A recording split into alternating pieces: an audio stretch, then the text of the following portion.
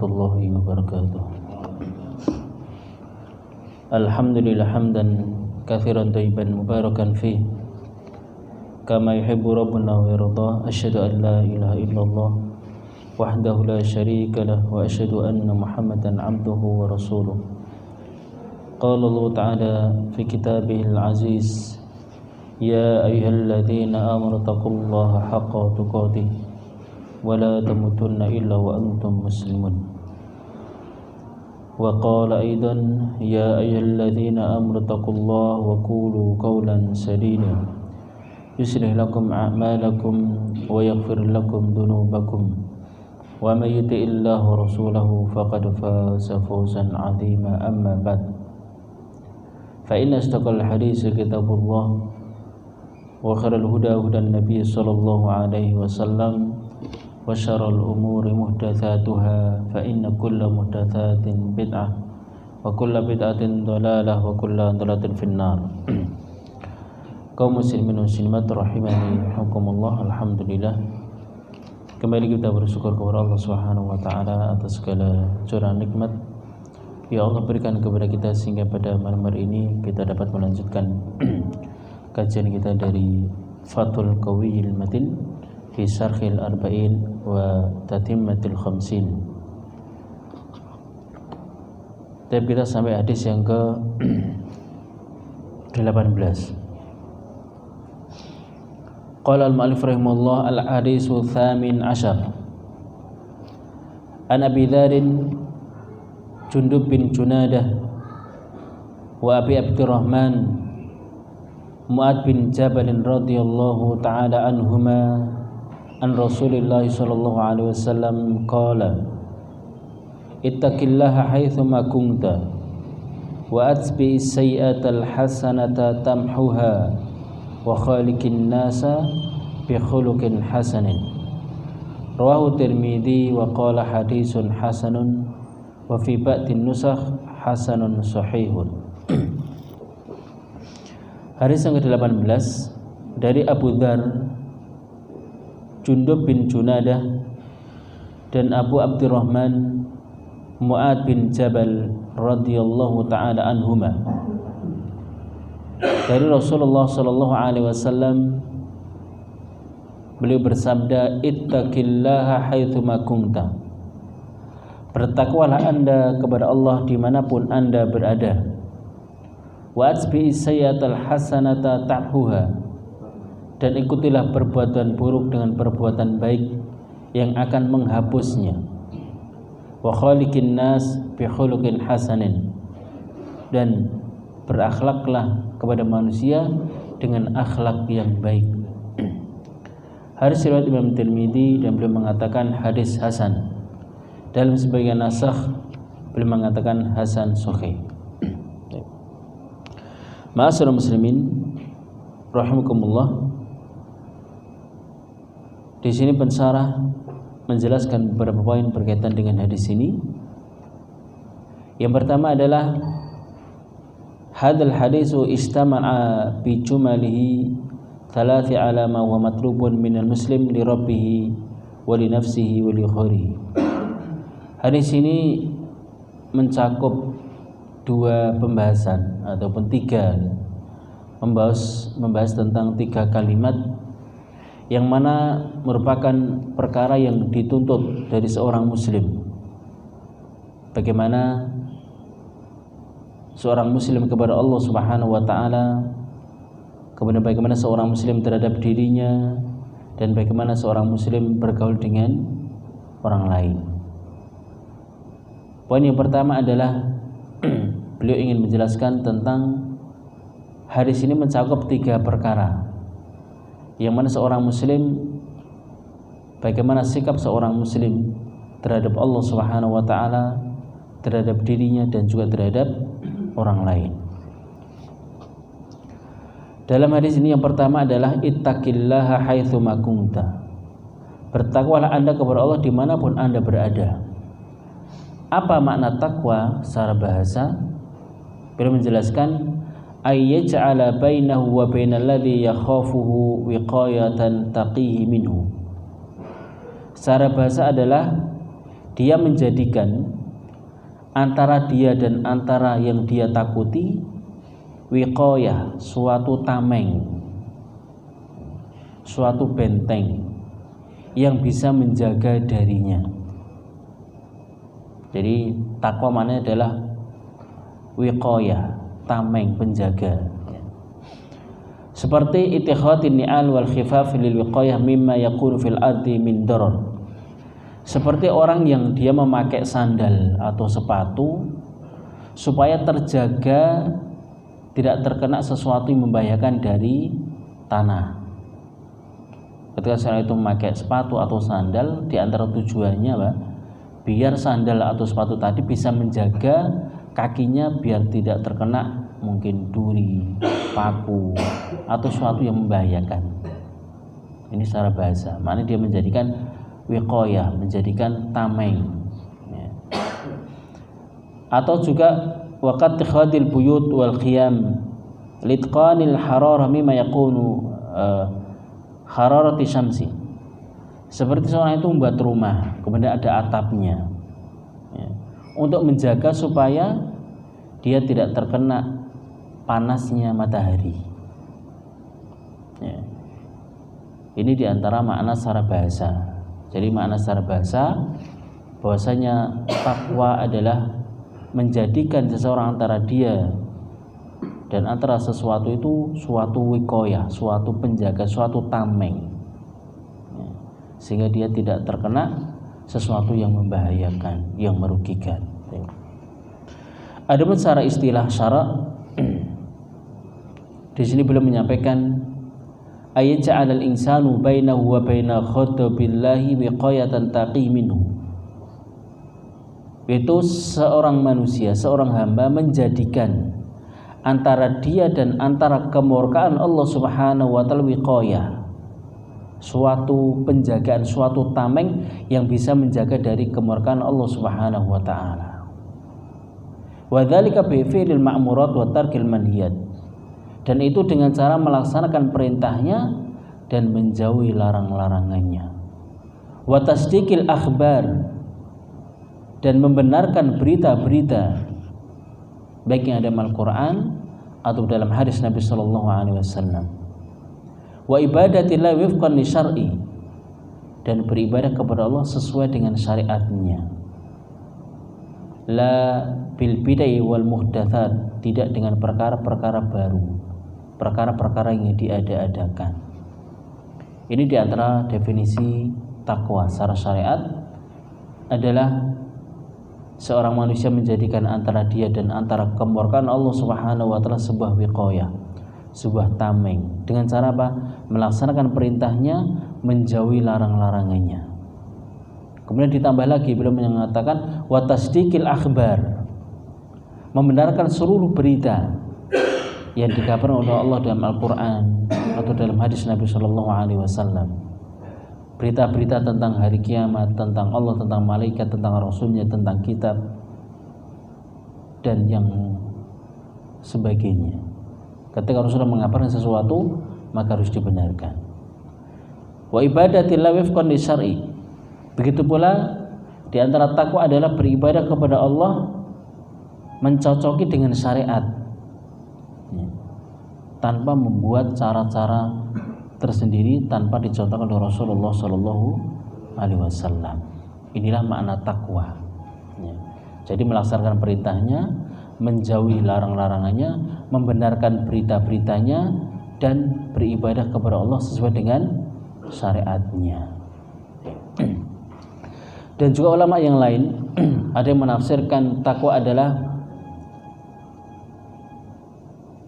an ta'atillah ala nuri minallah tarju thawaballah wa antarka ma'syatullah takhafu iqaballah ala nuri minallah.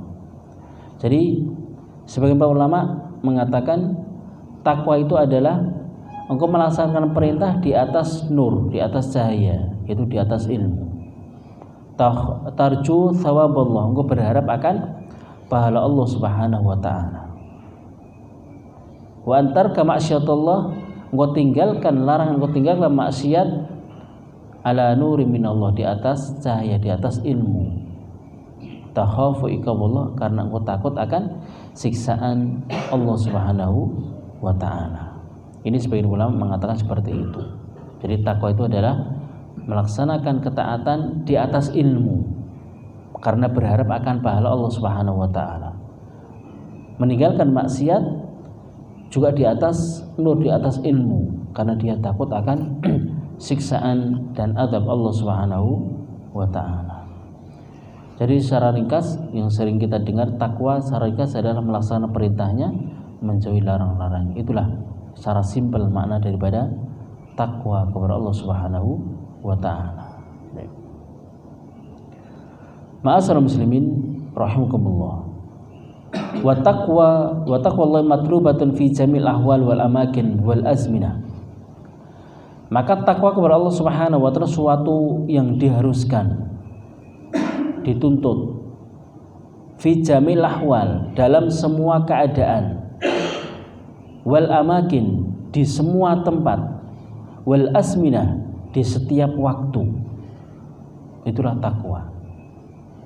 Kapanpun, dimanapun, dan dalam keadaan apapun, itulah takwa.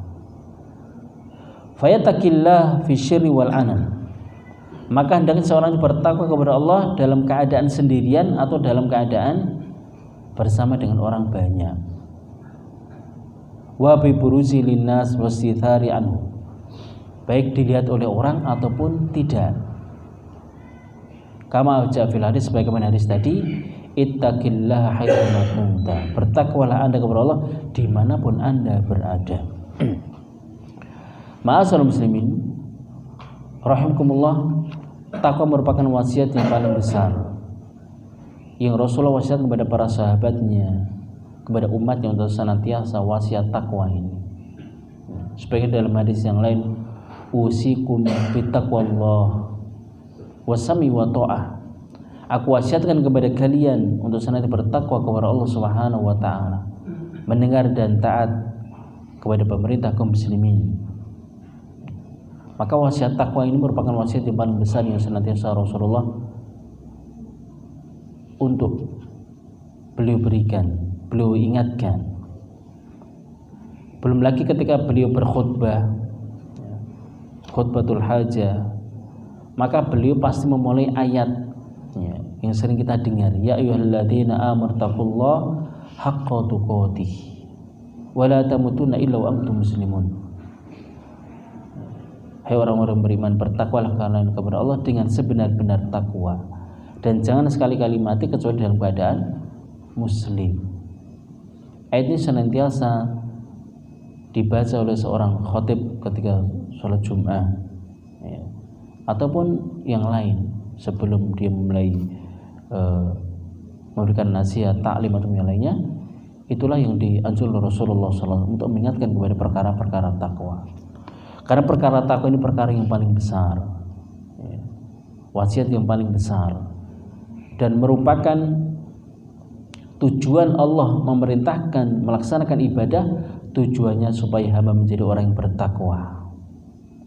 Allah mensyaratkan berbagai macam ibadah, berbagai macam syariat, tujuannya adalah supaya menjadi orang-orang yang bertakwa. Di antaranya firman Allah Subhanahu wa taala, ya ayyuhan nasu ubudu rabbakumul ladzi khalaqakum wal ladzina min qablikum la'allakum tattaqun.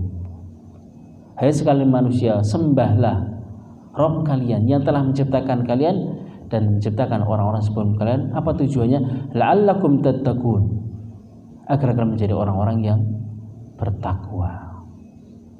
Begitulah syariat puasa. Ya ayyuhalladzina amanu kutiba 'alaikumus syiyam kama kutiba 'alal ladzina min qablikum la'allakum tattaqun. Tujuannya adalah untuk bertakwa. Karena takwa ini memang kita akan mendapatkan faidah baik di dunia atau lebih-lebih nanti di akhirat. Apa manfaatnya di dunia ketika kita bertakwa kepada Allah Subhanahu wa taala? Sangat banyak sekali. Allah sebutkan dalam surah At-Talaq, wa may yattaqillah yaj'al lahu makhraja wa yarzuqhu min haitsu la yahtasib. Barang siapa bertakwa kepada Allah Subhanahu wa taala akan diberikan jalan keluar dari berbagai macam permasalahan. Diberikan rezeki dari arah yang tidak ia sangka. Apa kuncinya? Bertakwa. Begitu pula Allah mengatakan wa may yattaqillah yaj'al min amri yusra. Barang siapa bertakwa kepada Allah akan dijadikan mudah seluruh urusannya. Dengan takwa akan dihapuskan kesalahan dan dosa. Wa may yattaqillah yukaffir anhu sayyi'ati wa yu'dhim lahu ajra. Dengan bertakwa kepada Allah akan terhapuskan seluruh kesalahan-kesalahan dan dosa. Begitu dengan bertakwa Allah akan berikan kepadanya furqan, bisa membedakan antara al-haq dan batil. Ya ayyuhalladzina amanu in tattaqullaha yaj'al lakum furqana wa yukaffir ankum sayyi'atikum wa yaghfir lakum. Hai orang-orang beriman, jika kalian bertakwa kepada Allah Subhanahu wa taala, yaj'al lakum furqan. Allah akan berikan kepada kalian furqan, pembeda. Sehingga seorang bisa membedakan ini al-haq al-batil. Ini benar, ini buruk. Ini tauhid, ini syirik, ini sunnah, ini bid'ah. Maka seorang akan bisa membedakan dengan sebab takwa tadi. Maka dalam hadis Nabi mengatakan innallaha yuhibbul abda at-taqi. Sesungguhnya Allah Subhanahu wa taala mencintai hamba yang bertakwa. Maka manfaat di dunia itu sangat banyak sekali ketika seorang itu betul-betul bertakwa kepada Allah Subhanahu wa taala. Belum lagi di akhirat. Innal muttaqina fi jannati wa 'uyun. Sesungguhnya orang-orang bertakwa itu berada di surga yang mengalir bawahnya sungai-sungai.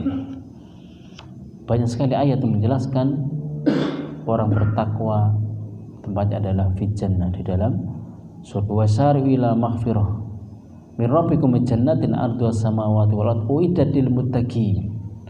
Bersegeralah kalian menuju ampunan Allah dan menuju surga yang luasnya seluas langit dan bumi, uiddat lil muttaqin, disediakan bagi orang-orang yang bertakwa. Ma'asyiral muslimin rahimakumullah. Ini poin yang pertama. Nasihat beliau yang pertama adalah ittaqillah haitsu ma kunta. Bertakwalah kalian kepada Allah dimanapun Anda berada. Tentunya untuk meraih derajat takwa ini bukan perkara yang mudah. Tentunya dengan belajar. Kenapa harus belajar? Dari mana kita tahu kalau itu adalah perintah? Karena definisi takwa adalah melaksanakan perintahnya dan menjauhi larang-larangannya. Itu secara ringkas. Kita tidak mungkin bisa bertakwa kecuali dengan belajar. Sehingga mengetahui ini perintah Allah, ini perintah Rasulnya, ini larangan Allah, ini larangan Rasulnya. Itu tidak akan mungkin bisa kecuali dengan ta'allum, dengan belajar mempelajari Al-Quran, pelajari hadis Nabi Sallallahu Alaihi Wasallam. Begitu pula derajat yang paling mulia di sisi Allah Subhanahu Wa Taala adalah orang yang bertakwa. Bukan orang yang banyak ilmunya, bukan orang yang kaya, bukan orang yang memiliki berbagai macam titel, bukan. Tetapi yang paling mulia adalah yang paling bertakwa. Inna akramakum indallahi atqakum. Sesungguhnya yang paling mulia di antara kalian di sisi Allah Subhanahu wa taala adalah orang yang paling bertakwa. Ma'asyiral muslimin rahimakumullah. Maka poin yang pertama ini poin yang sangat penting, yaitu mana tuntutan seorang muslim kepada Allah Subhanahu wa taala untuk bertakwa kepada Allah Subhanahu wa taala dimanapun berada, kapanpun, dalam keadaan apapun, untuk senantiasa bertakwa kepada Allah Subhanahu wa taala. Ma'asyiral muslimin rahimakumullah. Poin yang kedua, Nabi mengatakan wa atsbi sayyi'atal hasanata tamhuha. Ikutilah perbuatan buruk dengan perbuatan yang baik yang akan menghapus keburukan tadi. Indama yaf'alu mar'u sayyi'atan fa inna yatubu minha.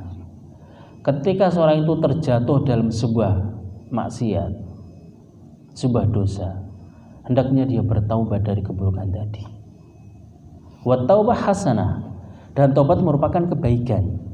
Maknanya ketika seorang itu terjatuh dalam sebuah dosa, melakukan kejelekan, hendaknya dia melakukan kebaikan. Maka kebaikan yang paling besar adalah bertaubat. Maka dengan taubat itu akan terhapuslah kesalahan-kesalahan seseorang. Wa hiya tajubu ma qabla minal kabair was-saghair. Yang mana dengan taubat ini akan terhapuslah dosa-dosa besar ataupun dosa-dosa kecil. Manakala syarat-syarat taubat itu betul-betul dia penuhi. Maka kebaikan yang paling besar ketika seorang terlibat dalam sebuah maksiat besar adalah taubat. Tentunya sebagaimana para ulama menjelaskan, di antara syarat-syarat taubat pertama adalah ikhlas. Dia taubat karena Allah Subhanahu wa taala, bukan karena berharap perkara dunia, riya, sum'ah ataupun yang lainnya, tapi betul-betul berangkat dari hati yang murni karena Allah Subhanahu wa taala. Yang kedua adalah an-nadam, adanya penyesalan, menyesal telah berbuat dosa dan maksiat. Yang ketiga adalah al-iqla, meninggalkan perbuatan dosa tadi. Ini syarat yang paling penting di antara wujud dia bertobat adalah meninggalkan perbuatan maksiat tadi. Ketika dia durhaka kepada kedua orang tua, maka di antara bentuk tobatnya adalah dia birrul walidain. Ketika dia meninggalkan sholat, maka di antara bentuk tobatnya adalah ya dia lakukan sholat dan yang lain sebagainya. Yang keempat adalah al-asmu alla ya'uda fil mustaqbal. Dia punya tekad yang kuat untuk tidak mengulangi di waktu yang akan datang. Kalau masih ada niat untuk mengulangi, maka ini tidak terpenuhi syarat-syarat daripada taubat. Harus ada azam, tekad yang kuat untuk tidak mengulangi dosa di waktu yang akan datang. Yang kelima adalah dia bertobat di mana pintu taubat masih dibuka, yaitu ketika nyawa belum sampai di tenggorokan dan matahari belum terbit dari arah barat, yaitu yaumul qiyamah. Maka dengan bertaubat itu akan menghapus seluruh kesalahan dosa-dosa besar ataupun dosa kecil. Wa yakunu aidan bi fil hasanat fa inna tamhul saghair. Begitu pula keburukan itu bisa terhapuskan dengan melakukan amalan-amalan soleh, dengan kebaikan-kebaikan yang itu akan menghapus dosa-dosa kecil, dosa-dosa kecil. Sebagaimana sabda Nabi, as-shalawatul khamsu wal jum'ah ilal jum'ah wa ramadan ila ramadan wal umrah ila umrah kafaratun bainahuma idza ujtunibat al-kabair.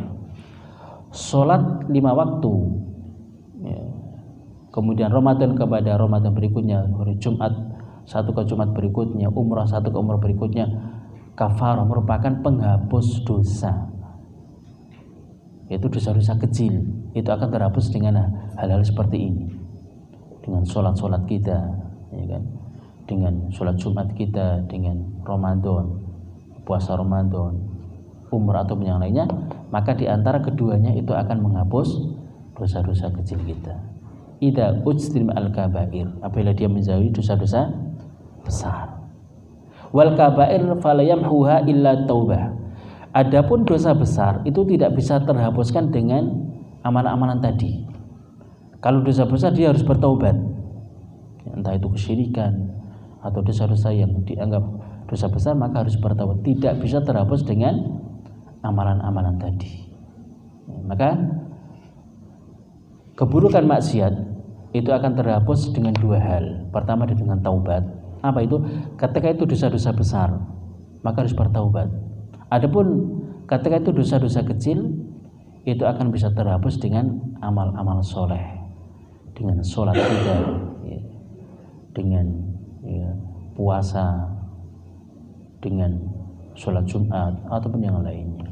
Sebagaimana ketika Nabi menjelaskan, ya Rasulullah, bagaimana ketika aku mandi dalam sehari 5 kali, apakah masih ada kotoran? Begitu bagaimana ketika seorang itu sholat dalam sehari semalam 5 kali, apakah masih ada dosa? Itu perbandingannya. Ketika seorang itu dalam sehari itu mandi 5 kali, maka akan bersih. Begitu pula ketika seorang itu sholat, menjaga sholatnya, maka dosa kecil itu akan terhapuskan. Belum lagi keutamaan-keutamaan yang lain, ya kan? Berjalan dari rumah ke masjid itu sudah menghapuskan dosa. Setiap langkah seseorang, satu langkah akan menggugurkan dosa, satu langkah akan mengangkat derajat. Maka dengan amalan-amalan tadi, dosa-dosa kecil akan terhapuskan. Maka Nabi mengatakan, wa'atsbi sayyatal hasanata muha, maka iringilah keburukan dengan kebaikan. Inilah tuntutan seorang muslim terhadap dirinya. Kalau yang pertama tadi adalah tuntutan seorang muslim kepada Allah Subhanahu wa taala untuk bertakwa. Yang kedua adalah tuntutan seorang muslim bagaimana bersikap terhadap dirinya ketika terjatuh dalam maksiat, adalah dia bertaubat atau melakukan amalan-amalan yang bisa menghapuskan dosa-dosa kecil tadi. Ma'asyiral muslimin rahimakumullah. Kemudian poin yang ketiga, wa khaliqin nasa bi khuluqin hasanin, dan bergaullah dengan manusia atau berakhlaklah kepada manusia dengan akhlak yang baik. Fa inna matlubun minal insan ayu amilan nas jami'an muamalatan hasanah. Maka ini adalah sebuah perkara yang diharuskan dituntut dari manusia, dari seorang hamba untuk bermuamalah, ya, untuk bergaul dengan manusia dengan pergaulan yang baik, dengan akhlak yang baik. Fa yu'amilahum bimithli ma yuhibbu ayu amiluhu.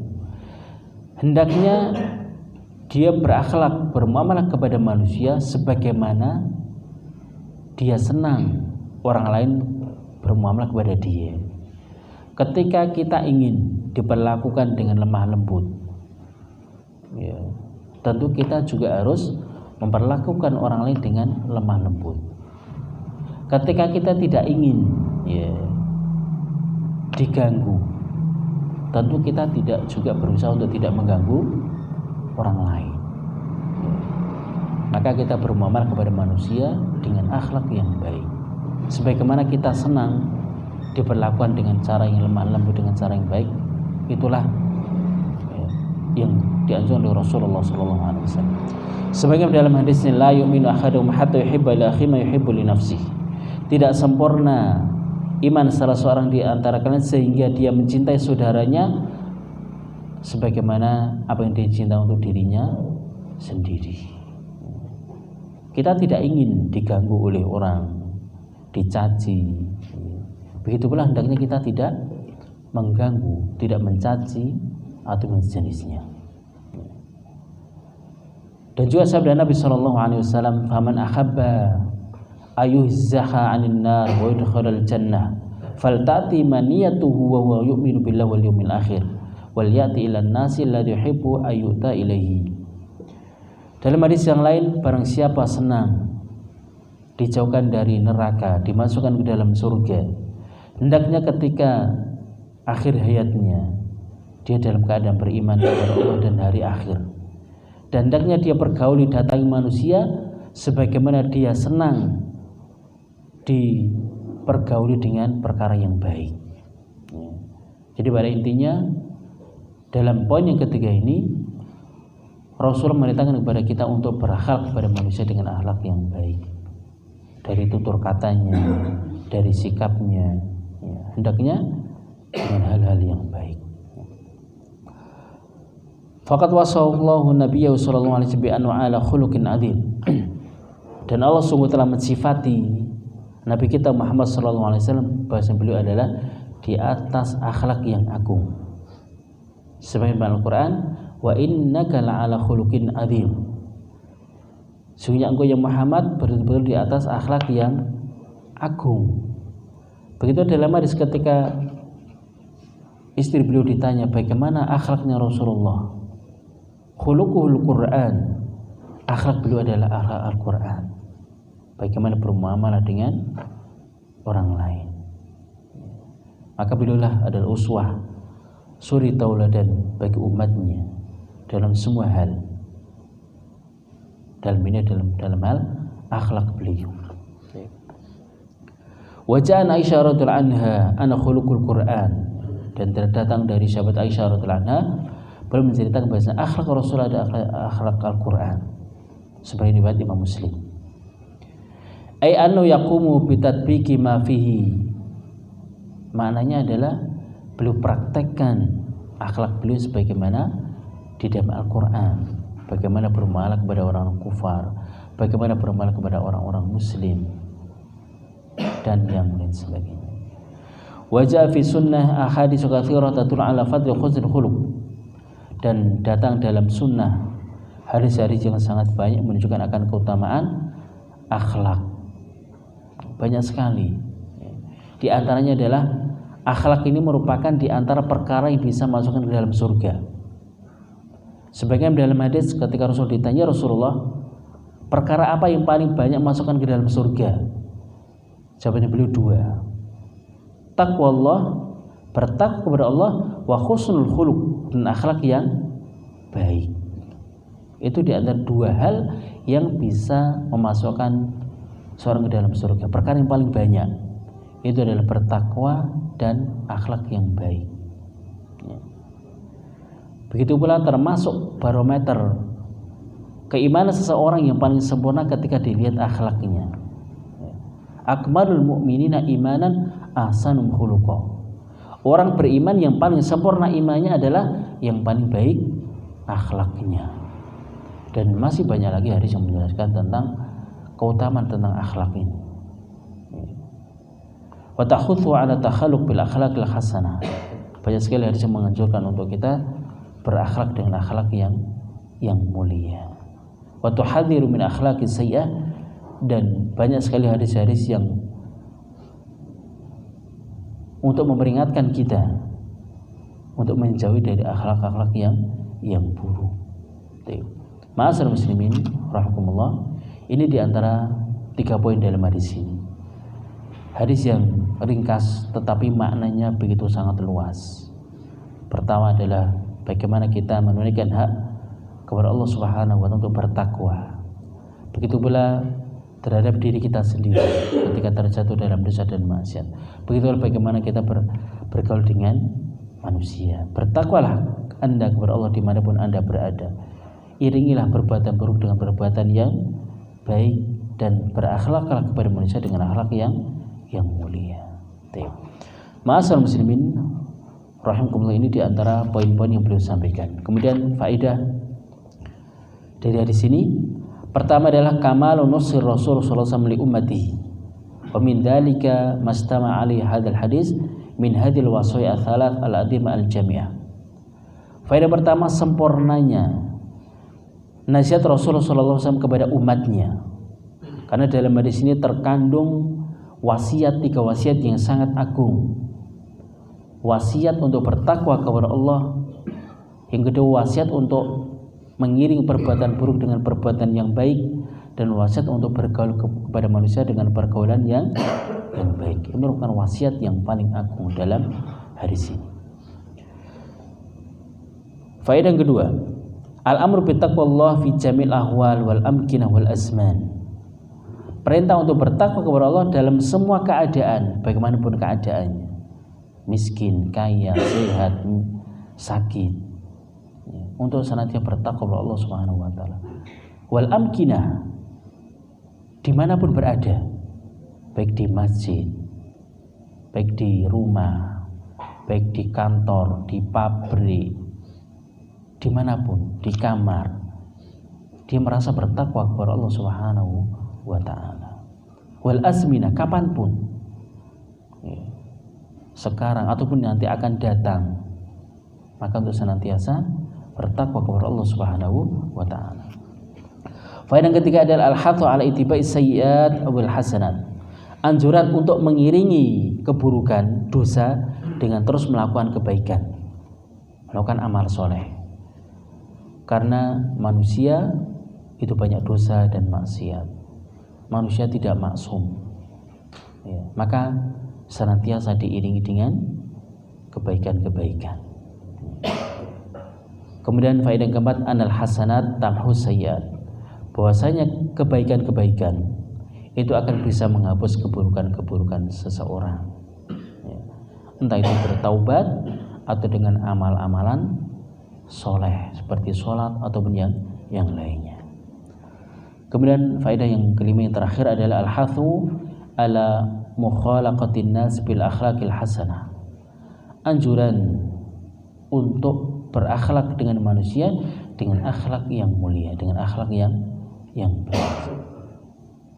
Ma'asal muslimin rahimahullah, ini diantara beberapa poin dan beberapa faedah yang beliau sampaikan berkaitan hadis yang ke-18, yaitu dari sahabat Jundub bin Junadah dan juga Abdurrahman Mu'ad bin Jabal radhiyallahu anhuma, yang mana pada intinya hadis ini mengandung 3 wasiat yang sangat penting. Pertama adalah wasiat untuk bertakwa, yang kedua wasiat untuk mengikuti keburukan dosa dengan kebaikan, dan wasiat untuk senantiasa berakhlak kepada manusia dengan akhlak yang mulia. Demikian apa yang kita sampaikan, mudah-mudahan bermanfaat. Mungkin banyak khilaf dan kekurangannya, kami mohon maaf yang besar-besarnya. Kita akhiri dengan doa kafaratul majlis. Subhana bihamdik asyhadu an la ilaha illa anta astaghfiruka wa atubu ilaik. Wassalamualaikum warahmatullahi wabarakatuh.